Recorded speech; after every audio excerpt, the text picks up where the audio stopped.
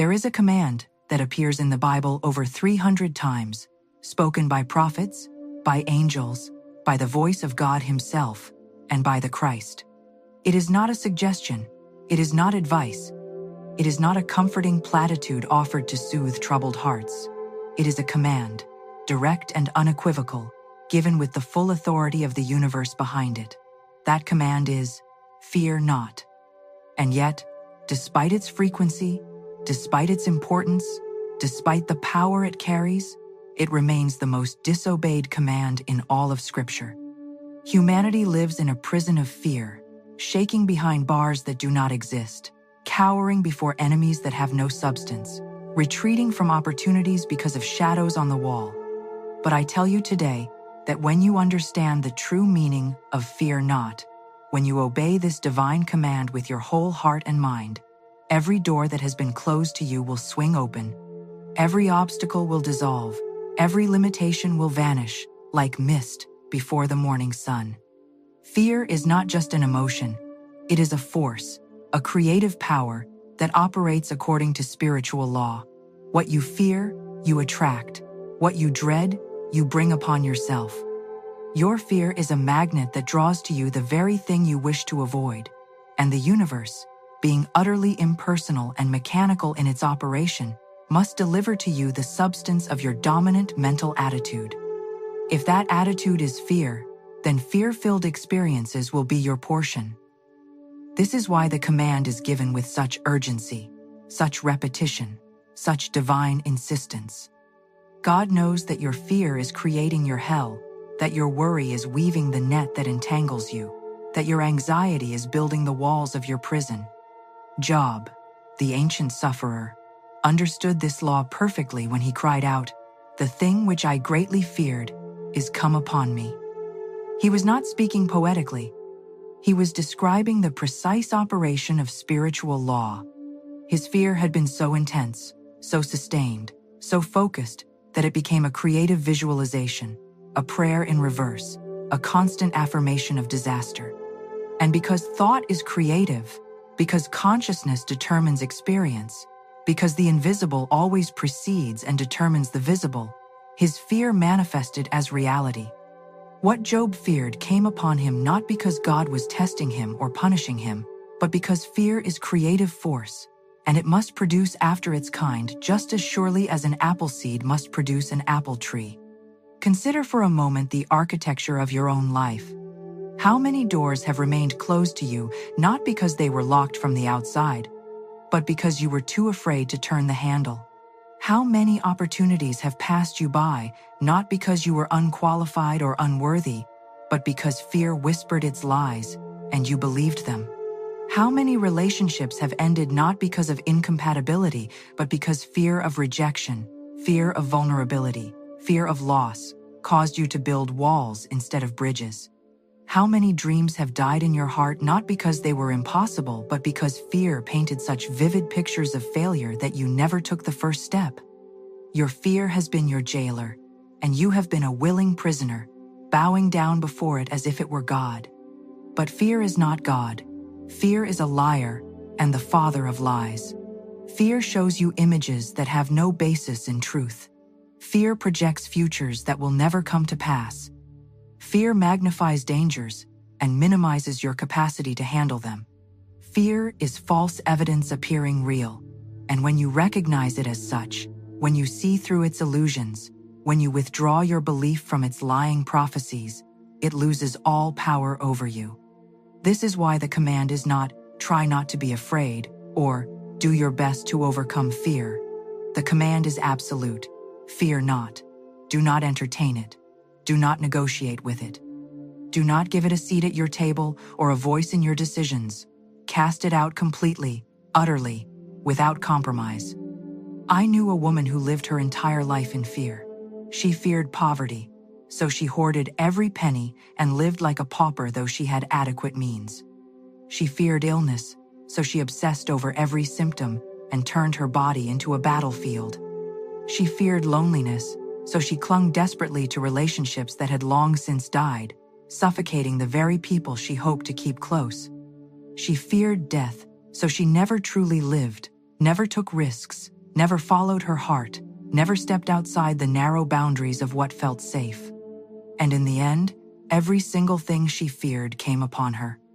She died alone, in poverty of spirit if not of purse, her body ravaged by psychosomatic illness, surrounded by the ruins of relationships she had destroyed through her fearful grasping. Her life was a testimony to the creative power of fear, a living demonstration of spiritual law operating with mathematical precision. But it does not have to be this way.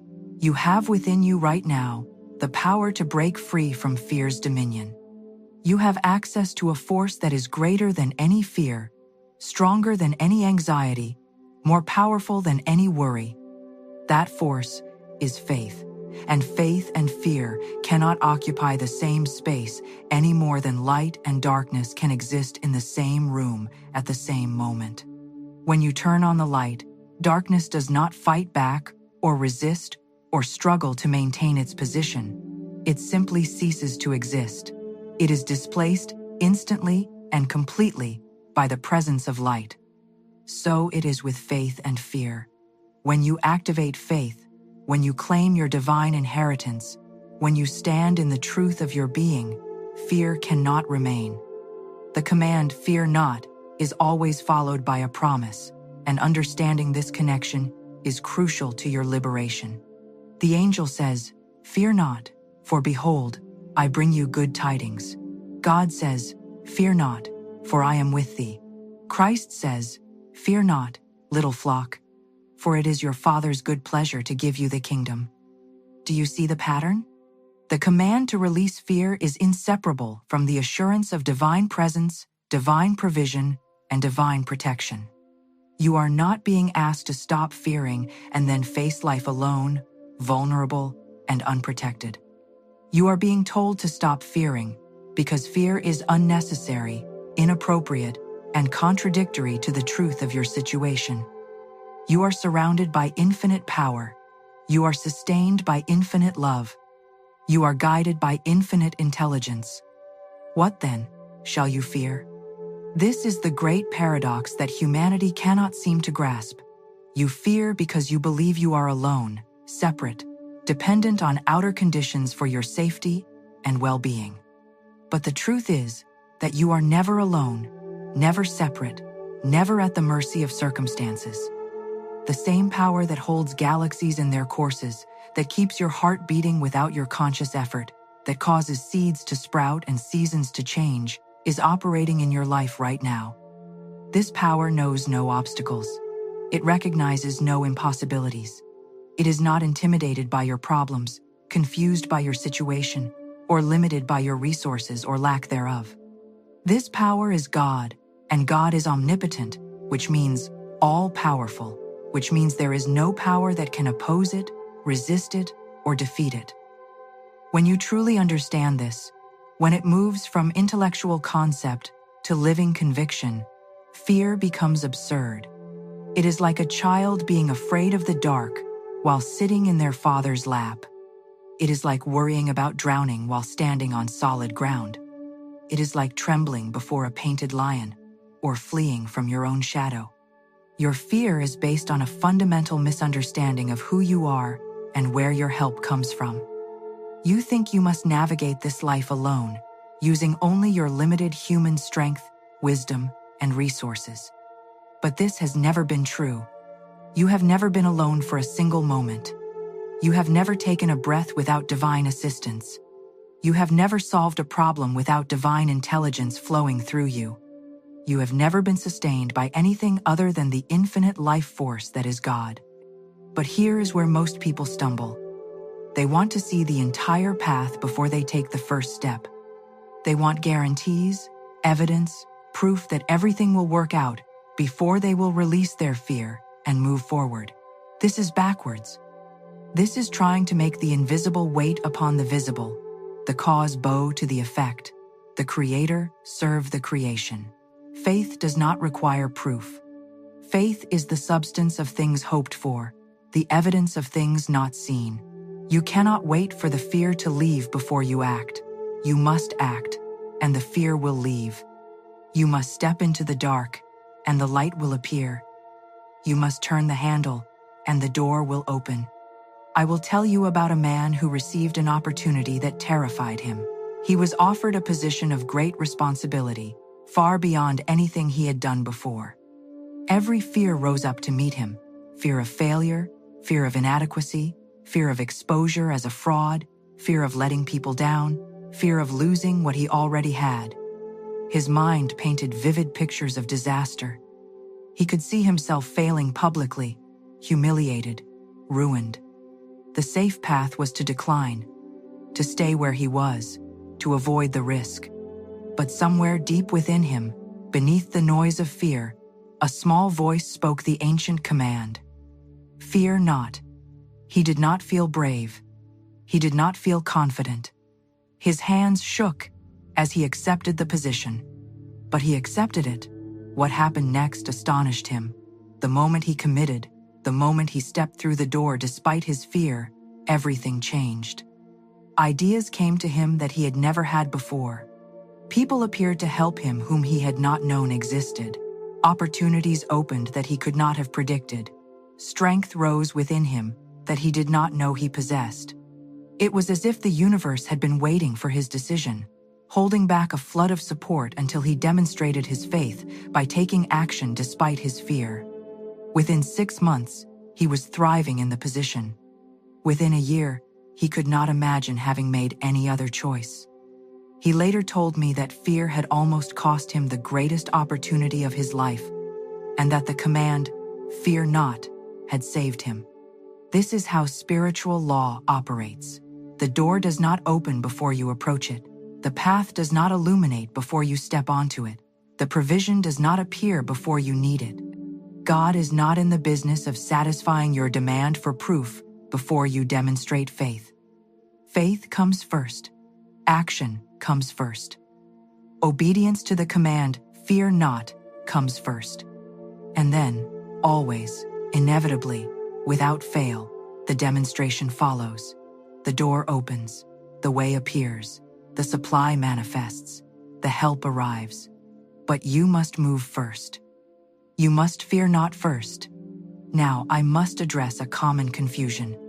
To fear not does not mean to be reckless, foolish, or irresponsible. It does not mean to ignore real dangers or to act without wisdom. There is a difference between divine caution and paralyzing fear. Divine caution is the still small voice of intuition that says, "Not this way," or "Wait," or "This is not your good." It is calm, clear, and certain. It does not agitate you or fill you with anxiety. It simply guides you away from what is not aligned with your highest path. Fear, on the other hand, is loud, chaotic, and compelling. It fills your body with tension, your mind with racing thoughts, your imagination with catastrophic scenarios. It does not guide, it paralyzes. It does not protect, it imprisons. Learn to distinguish between these two voices. When you feel the stirring of fear, pause and ask, is this divine guidance or is this fear? Divine guidance will always lead you towards something, even if it is leading you away from a particular path. It will feel like movement, like flow, like rightness. Fear will feel like contraction, like freezing, like wrongness. Divine guidance says, this is not your door, but your door is coming. Fear says, all doors are locked against you. Divine guidance says, wait for the right timing. Fear says, you've missed your chance forever. Divine guidance says, this person is not your match. Fear says, you are unlovable and will always be alone. There is a spiritual principle that you must understand if you are to walk in fearless faith.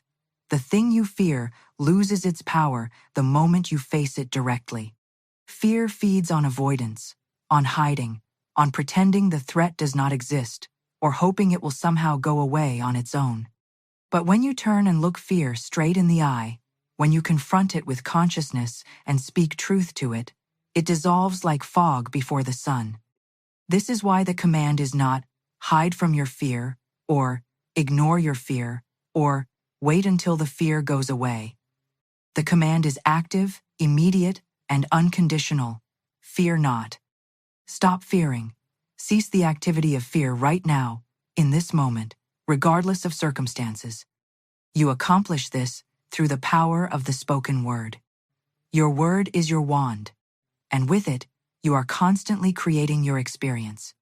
When you speak words of fear, you are decreeing fear into manifestation. When you say, "I'm afraid I'll lose my job," you are not simply describing a feeling, you are giving creative power to that outcome. When you say, "I'm terrified of being alone," you are setting forces in motion that will produce that very loneliness. When you say, "I'm worried sick about my health," you are literally making yourself sick with your worry. Your words are not passive descriptions of reality. They are active creators of reality. This is the law, and it operates with or without your conscious awareness. But the reverse is also true, and this is your great hope and your mighty weapon. When you speak words of faith, you are decreeing faith into manifestation. When you say, "I fear not, for God is with me," you are establishing divine presence as the dominant reality in your experience. When you declare, "I am divinely protected, guided, and provided for," you are setting into motion forces that must produce protection, guidance, and provision. When you affirm, "There is nothing to fear, for perfect love casts out all fear," you are activating the law of love, which is the highest law in the universe and supersedes every other law, including the law of fear. I knew a woman who was diagnosed with a serious illness. The doctors gave her statistics, probabilities, timelines, all the fearful information that the medical mind believes necessary to share. Every statistic was a suggestion of fear. Every probability was a prophecy of doom. Every timeline was a death sentence dressed in clinical language. She listened to all of it, and then she made a decision.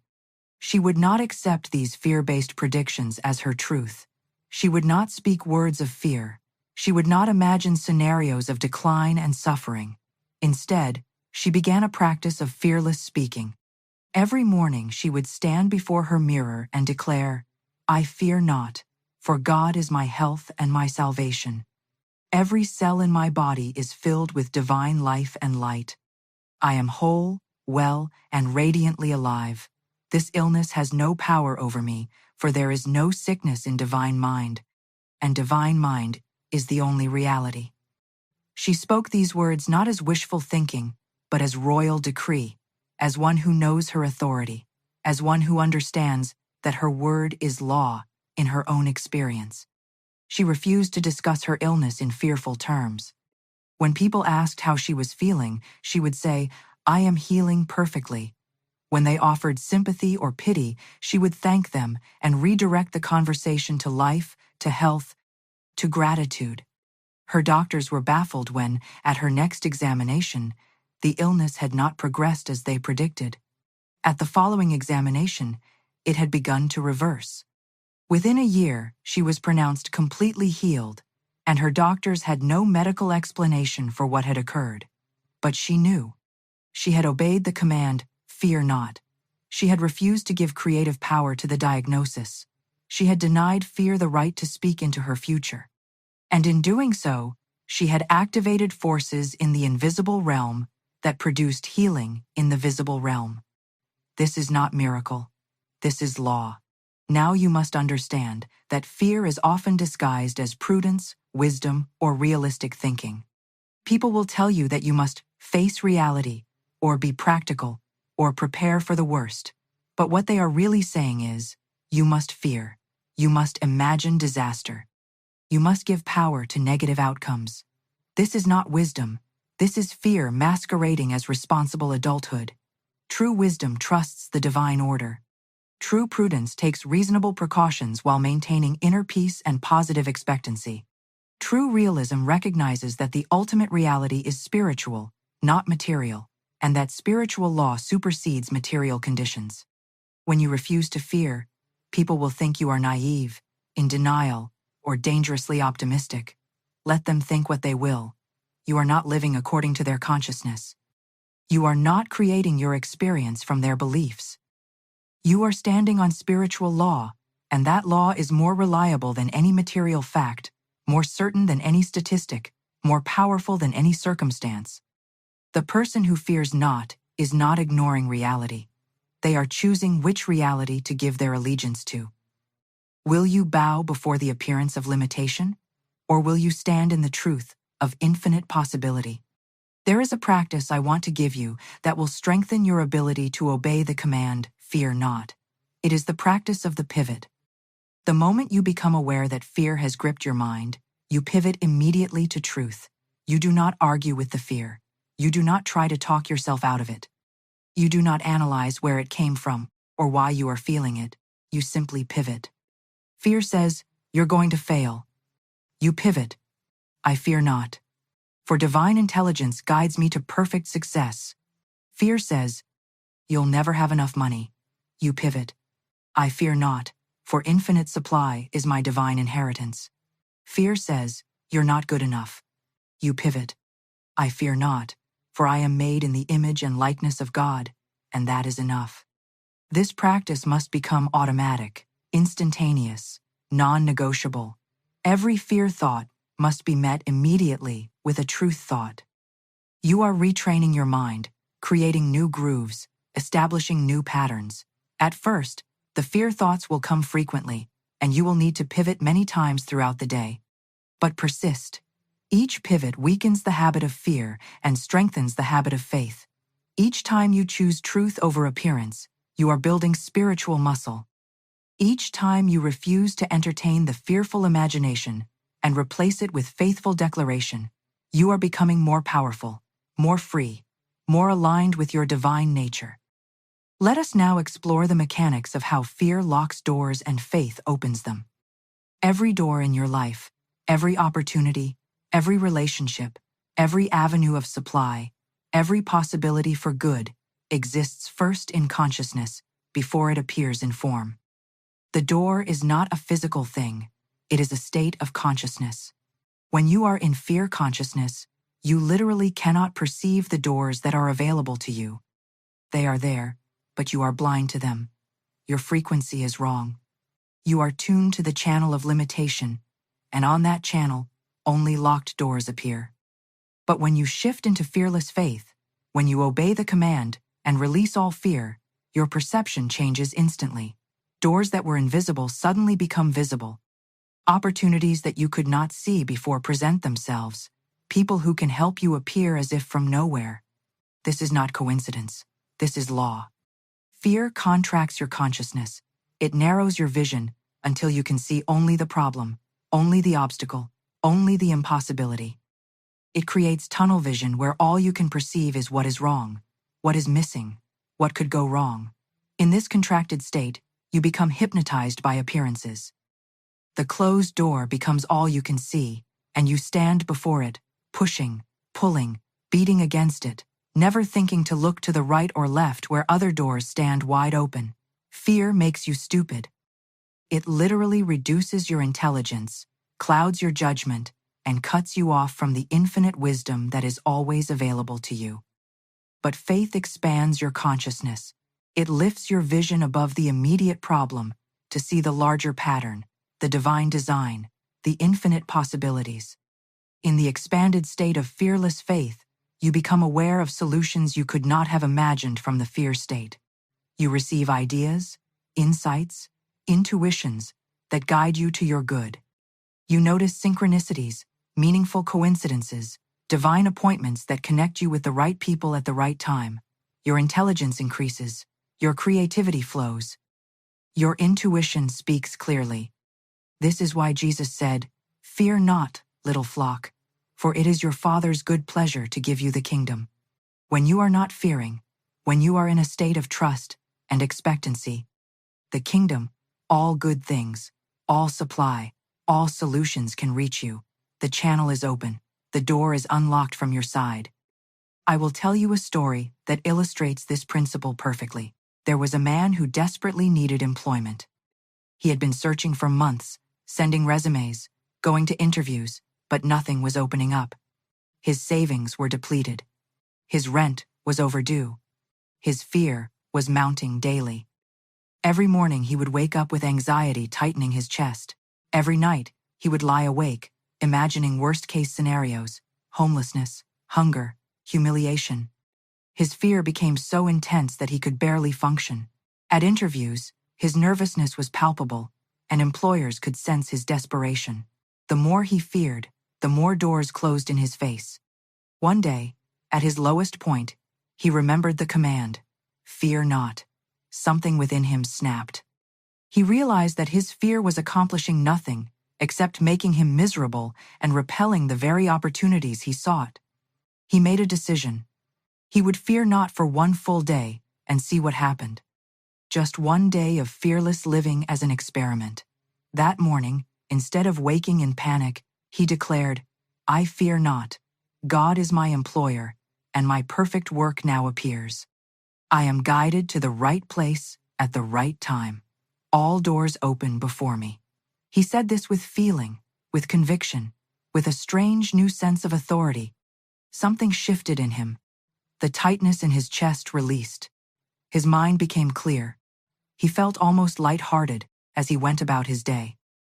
That afternoon, on impulse, he took a different route home, a way he never usually went. He passed a small business he had never noticed before, and something drew him in. He struck up a conversation with the owner, not about employment but just a genuine human connection. The owner mentioned in passing that he was looking for someone with exactly the man's skill set but had not advertised the position yet because he was not sure how to find the right person. Within an hour, the man was hired, at a salary higher than he had been making before, doing work he actually enjoyed. Do you see what happened? When he released the fear, his consciousness expanded. He became available to intuitive guidance. He took a route he had never taken. He noticed a business he had walked past before without seeing. He had a conversation he would have been too anxious to have from the fear state. The door was always there, but fear had made him blind to it. Faith made him able to perceive it, and fearless action allowed him to walk through it. This is the unlocking power of the command, "Fear not." It does not change the external world immediately, though often it does. It changes you, and when you change, the world you experience must also change. Now I must address those who say, "But I have tried not to fear, and still the doors remain closed. I have affirmed and declared and believed, and nothing has changed. How long must I wait? How much faith is enough?" To you I say, examine your faith carefully. Are you truly not fearing, or are you simply pretending not to fear, while underneath, the fear still churns? Are you declaring faith with your lips while imagining disaster in your heart? Are you affirming abundance while checking your bank account 17 times a day in anxious worry? You cannot serve two masters. You cannot fear and have faith simultaneously. You must choose. True fearlessness is not the absence of the feeling of fear. It is the refusal to give fear authority over your decisions, your words, your imagination, or your actions. You may feel the flutter of anxiety, but you do not obey it. You feel the whisper of worry, but you do not listen to it. You notice the temptation to imagine the worst, but you deliberately, consciously choose to imagine the best instead. This is active faith. This is the fearless heart. This is obedience to the command. And you must persist. Faith is not a one-time declaration. It is a sustained state of consciousness. You do not affirm truth once, and then return to fear-based thinking and expect results. You must abide in the faith consciousness. You must dwell there. You must make it your permanent address. Every time fear knocks on your door, you answer with faith. Every time doubt whispers in your ear, you shout truth in response. Every time appearances suggest limitation, you declare the unlimited nature of divine mind. This is the work. This is the practice. This is how doors unlock and swing wide open before you. And now we come to the culminating truth, the ultimate revelation that will set you permanently free from the tyranny of fear. You were never meant to carry this burden. Fear is not your natural state. It is not your divine inheritance. It is not who you are at the deepest level of your being. You are made in the image and likeness of God, and God does not fear. God does not worry. God does not lie awake at night imagining disaster. God does not tremble before circumstances or cower before conditions. God is perfect love, and perfect love casts out all fear. This divine love is not something outside of you that you must seek or earn. It is your very essence. It is what you are made of. It is the truth of your being. When you fear, you are forgetting who you are. You are identifying with the small self, the personality, the ego that believes it is separate, vulnerable, and alone. But this is not your true identity. Your true self is one with the infinite, merged with the divine, sustained by the eternal. From this perspective, what is there to fear? What can harm that which is eternal? What can threaten that which is one with all power? What can diminish that which is made of the very substance of God? Nothing. Absolutely nothing. All fear is based on the lie of separation, and when you remember your oneness with the infinite, fear becomes impossible. This is why the command, "Fear not," is not a heavy obligation or an impossible demand. It is an invitation to remember who you are. It is a call to return home to your true nature. It is permission to release the exhausting burden of trying to control everything, protect yourself from everything, anticipate and prevent every possible disaster. You were never meant to live this way. You were meant to walk through life with the confidence of a beloved child who knows their father is infinitely powerful, infinitely loving, and always present. You were meant to face each day with joy and expectancy, knowing that you are guided, protected, and provided for by an intelligence that never sleeps, never fails, never makes mistakes. But you must make the choice. No one can make it for you. God will not override your free will. The universe will not force you to stop fearing. You must decide, consciously and deliberately, that you will obey the command. You must say, "From this day forward, I refuse to give fear dominion over my life. I refuse to speak words of fear. I refuse to imagine fearful outcomes. I refuse to make decisions based on fear. I choose faith. I choose trust. I choose to fear not." And then you must live this choice, moment by moment, thought by thought, word by word, decision by decision. There will be tests. The universe will present you with situations designed to trigger your old fear responses. This is not punishment. This is strengthening. Every time you face a fear-inducing situation and choose faith anyway, you are proving to yourself that fear has no real power over you. You are demonstrating to the universe that you are serious about this new way of living. You are building the spiritual muscle that will carry you through any storm, any challenge, any apparent crisis. And each time you pass the test, each time you fear not in the face of fear-inducing circumstances, you become stronger, more confident, more established in the consciousness of fearless faith. I will share with you the practice that will seal this truth in your consciousness forever. Every night before sleep, spend 5 minutes in active, fearless affirmation. Review your day and notice where fear attempted to enter. Speak directly to each fear and cancel its power. If you feared financial lack, declare, "I fear not, for infinite supply is mine by divine right." If you feared rejection, affirm, "I fear not, for divine love flows through me and attracts my perfect good." If you feared failure, state, "I fear not, for divine intelligence guides me to perfect success." Then, imagine yourself moving through the next day in complete fearlessness. See yourself receiving good news with calm expectancy. See yourself facing challenges with unshakable confidence. See yourself walking through every door that appears before you without hesitation, knowing that every door that opens for you is your door, ordained by divine wisdom. Do this faithfully for 30 days, and you will be transformed. The fear habit will be broken. The faith habit will be established.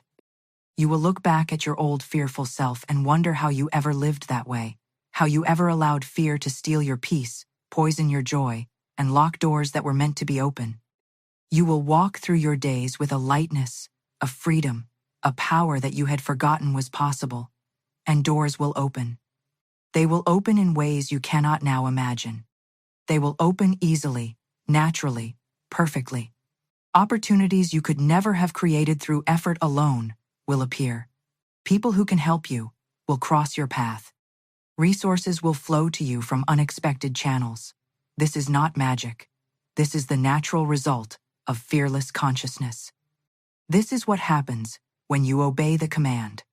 Let me speak plainly about what awaits you on the other side of fear. When you fear not, you become magnetic to your good. You emanate a frequency that attracts people, situations, and circumstances that match your fearless faith. You become a channel for miracles. You become an opening through which the infinite can pour its abundance, its healing, its solutions, its grace. You become who you were always meant to be, a conscious, deliberate, powerful creator of your experience, working in harmony with divine law, expecting good, receiving good, demonstrating good in every area of your life.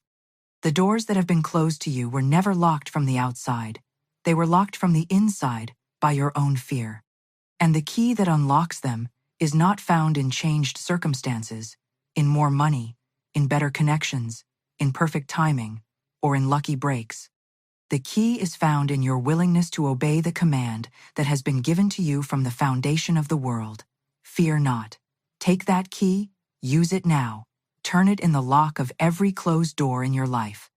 Speak the words, I fear not, for God is with me. I fear not, for I am divinely guided. I fear not, for infinite power flows through me. I fear not, for every door that is meant for me swings open at my approach. And then walk forward. Walk toward the door you have been afraid to approach. Walk toward the opportunity you have been too frightened to pursue. Walk toward the dream you have been too timid to claim. Walk in faith, not in fear. Walk in trust, not in terror. Walk in the absolute knowing that you are not alone, have never been alone, could never be alone, because the infinite intelligence that created galaxies and set stars in their courses is with you, in you, operating through you, guiding your every step. This is the truth that unlocks every door. Fear not, for it is your Father's good pleasure to give you the kingdom. The kingdom is yours. It has always been yours. It is waiting behind every door that fear has kept you from opening. Stop waiting for permission. Stop waiting for courage. Stop waiting for the perfect moment. The command has been given. The authority has been granted. The power is available. Fear not. And every door in your life will unlock and swing wide open before you, revealing the abundant, joyful, prosperous, love-filled life that has been your divine inheritance from the beginning. This is your truth. This is your destiny. This is law. Fear not, and claim it now.